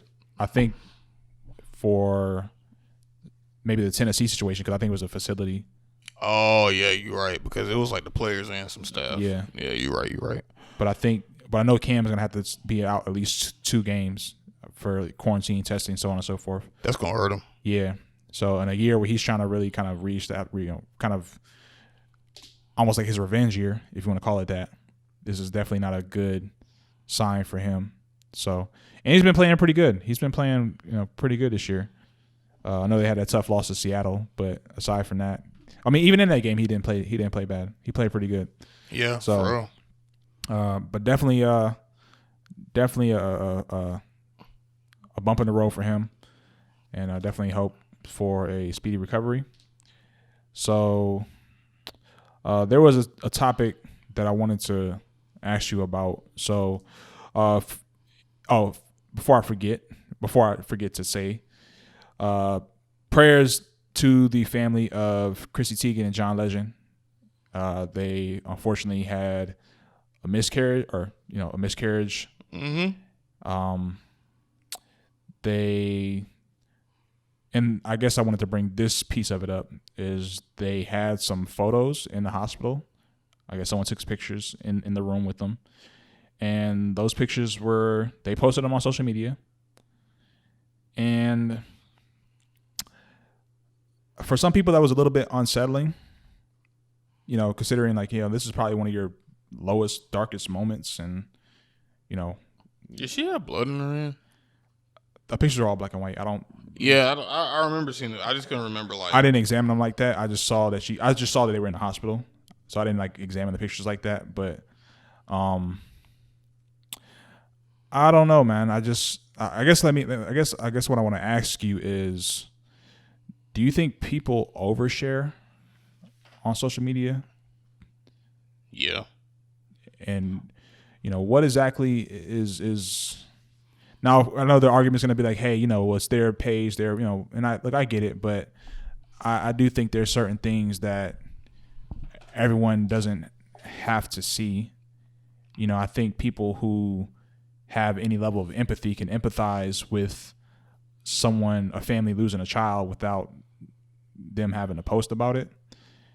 So, yeah, for me, I just wonder, what makes some of, I'm not going to say we, because I know it's not everyone, but what makes us feel the need to share certain things? I think something like that where it's like a low point, I would imagine, and probably one of the lowest points of a person's life. In the moment, in that instance. Yeah, I do think there is certain things you don't need to share. I think, what each person, and here's the thing, I think the thing is that, what I may find to be a limit, another person may not find to be a limit. And let me just say this real quick. For the listeners out there, I would actually love to hear you guys' opinion on this. And again, this is just my opinion as well. So this is not really like a debate of sorts. I just want to kind of see where your thoughts are on that topic. So if you are on YouTube watching, definitely leave a comment. Or if you just go to the Pencil Pushers Project social media Instagram page and just kind of leave your let us know what you think about that particular situation. We may put a poll up or something as well, but I'm sorry, I'm going to cut you off. I just want to throw that in there. But you were saying that certain things you feel like. Yeah. So there are certain things that I feel like you don't need to share. It's like, and if you're going to share it, you need to share it in the sense, if a girl posts, hey, I'm on my period, well, at least make it funny. You know what I'm saying? I'm not saying they shouldn't make this miscarriage funny. I'm just trying to give an example. Because, we don't care about your period. But if you're going to share it, at least, make it funny, something. But I don't think every little thing that happens in your life needs to be posted. If you're dealing with something personally, don't go to social media to reevaluate. It's like when people, something that kind of bothers me, and I never understood it. And maybe it's just because I've never been in this, maybe I just never felt this way. But, I go on my Facebook sometimes and I see people who say, hey, man, I'm not having a good day and I need somebody just to tell me they love me. And it's like, nigga, you couldn't go. why are you posting this here? You know what I'm saying? Like, and then everybody comes in and they comment, oh my God, are you okay? You know, they put the little reaction emojis with the crying face and shit. And, you know, I'm not saying that's a person trying to get attention, but it just never rubbed me the right way. It's like, you know, if I'm feeling like this right now, if you haven't, like, if I posted some bullshit about some shoes I bought yesterday and you didn't comment on that or like the status, but I post this and all of a sudden you feel some obligation just to comment, you know, it's like, it feels kind of obligatory. Because I think you make people feel like, since they read this, oh, let me just check in. And it's not, I don't want to say it's not genuine, but it's, I mean, who would have known? You know what I'm saying? If you're going through something, people, nobody outside of you, the way I operate is nobody outside of who you deal with on a consistent basis really needs to know what's up. You know what I'm saying? If I'm feeling like I need love, you know, I may not say it. Maybe I'll just try to find love in a different way. Maybe I'll just say, yo, let's go grab a drink and chill the fuck out. Something, anything. Yeah. But, you know, as far as this Chrissy Teigen, John Legend thing, man, I saw the photo. The photo's disturbing as fuck. That's number one. And I do think it was a bit out of place. You know, the fact that there even is a photo of her dealing with that kind of pain, for one, it's disturbing. I don't know who took that photo. But then her posting it, you know, if she would have just fucking typed on Twitter, yo, me and John Legend had a miscarriage. You know, we're dealing with this. If we don't talk much, you know why. Whatever. Well, but yeah, I mean, I see that. I mean, obviously people knew she was pregnant, so I imagine, you know, at some point people were asked about the child. So, you know, at some point she would have to, you know, speak about it. So it's not necessarily them making it public, but like, to me, like I said, in that particular moment, when a person has lost a child, that's a very gut wrenching experience, and it's a very dark time for a family.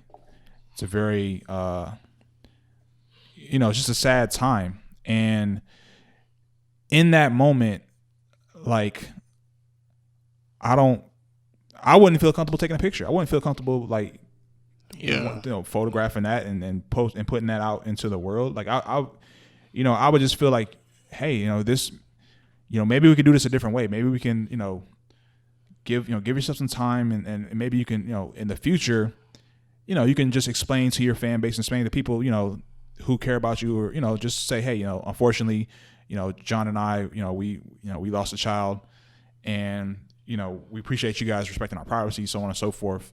So I just am really, and I guess I did want to kind of expand it beyond John and Chrissy, because I see a lot of people. And, you know, I've seen studies about how social media, you know, there's been, you know, increases of depression and decreases of things, you know, and obviously social media's connection to that is in a lot of ways, in my opinion, from, you know, scrolling through the things like scrolling through comments. And seeing things such like an integration in our lives now. Right. And like you see people, they'll have like a post that has, you may have like 100 posts of like, oh my God, you know, prayers to you and your family. And you have like that dickhead who's like, man, fuck that baby, blah, blah, blah, trying to troll and be a fucking idiot. And now all of a sudden people will garner their attention to that. Like, you piece of shit, blah, blah, blah. And it just festers negative energy. So that, to me, that's part of my position as far as like being hesitant to share certain things on social media, because I think things that are sensitive and may not need, everyone doesn't need to have access to speak about that, because there's people who troll, and, you know, they seek to, you know, do things like that to try to get a rise out of people and say things that are, you know, so that's kind of like just what I was thinking about when I came across the post.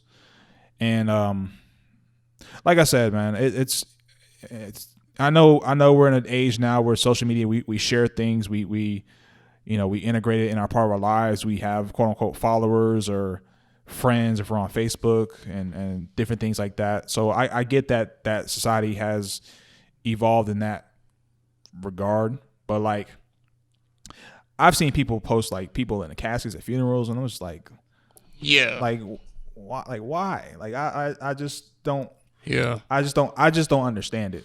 I really don't understand like stuff like that, and maybe it's not for me to understand, but I just feel like certain things that should remain private for the sake of just keeping the energy around it. Like the people who need to know need to know. Yeah, when I was in the military, I told you I used to do funerals, right? So I remember one time we did this funeral. I don't remember the name of the people. I don't even remember who died. I did a lot of funerals. I did like 7 a day. So I don't remember details. But I remember this one funeral in particular.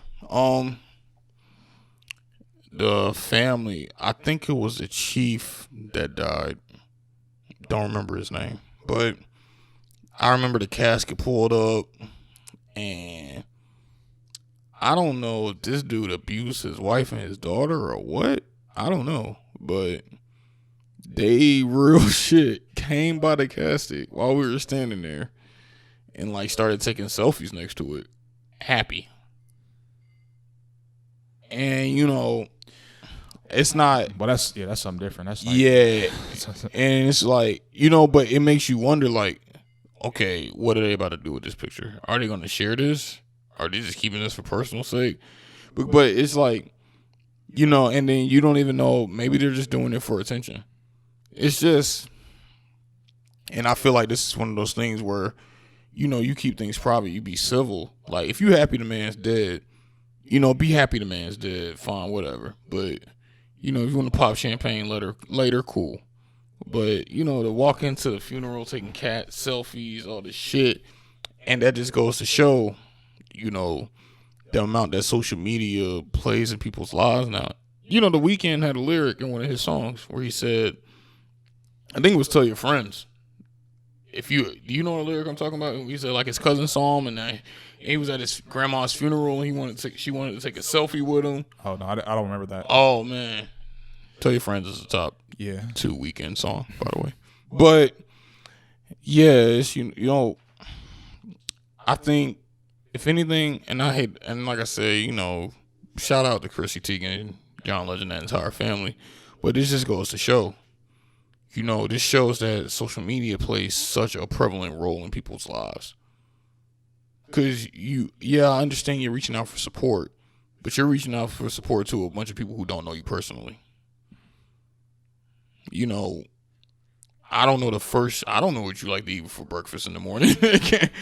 You know what I'm saying? So if you want to tell people in private. But to me, that's like, and I'll say this if you're going to tell people, do it without the photo. People that are closest to you. Yeah. Who can nurture that in the right way. I think part of there's I'll say this and then we can move on from the topic, but like part of protecting like your energy and protecting like your peace and things of that nature is selective access. I think like there's certain people that shouldn't have certain access to you.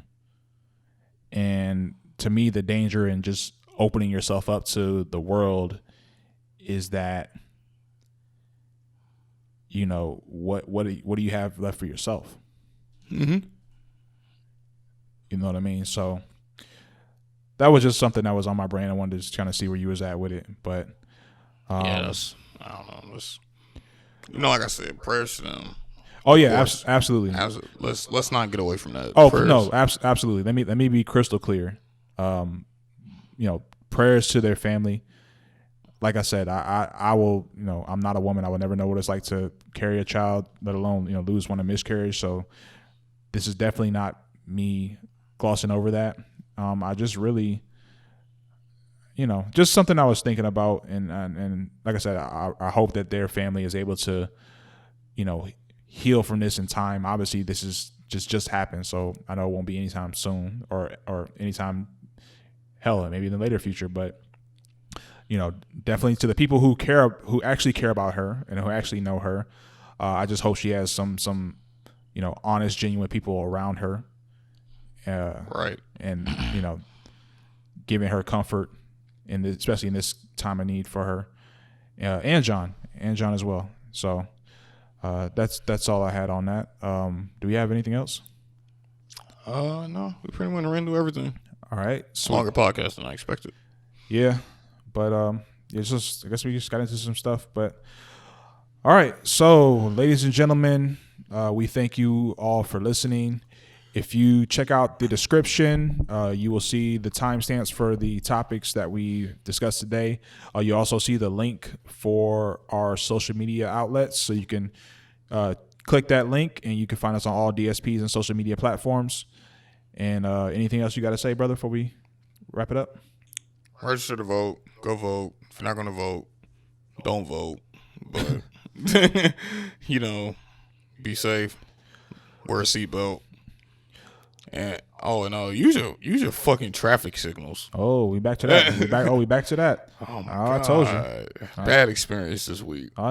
Listen. Use your traffic signals. This week, every day. But ladies and gentlemen, we thank you for listening. I am Jay. I'm Zay. And Zay is tired apparently. So all right. I'm hungry. Yeah, that too. Not enough Skittles for you, huh? All right, folks. You all have a great week. Be safe, and we'll catch you next week. All right. We're out of here.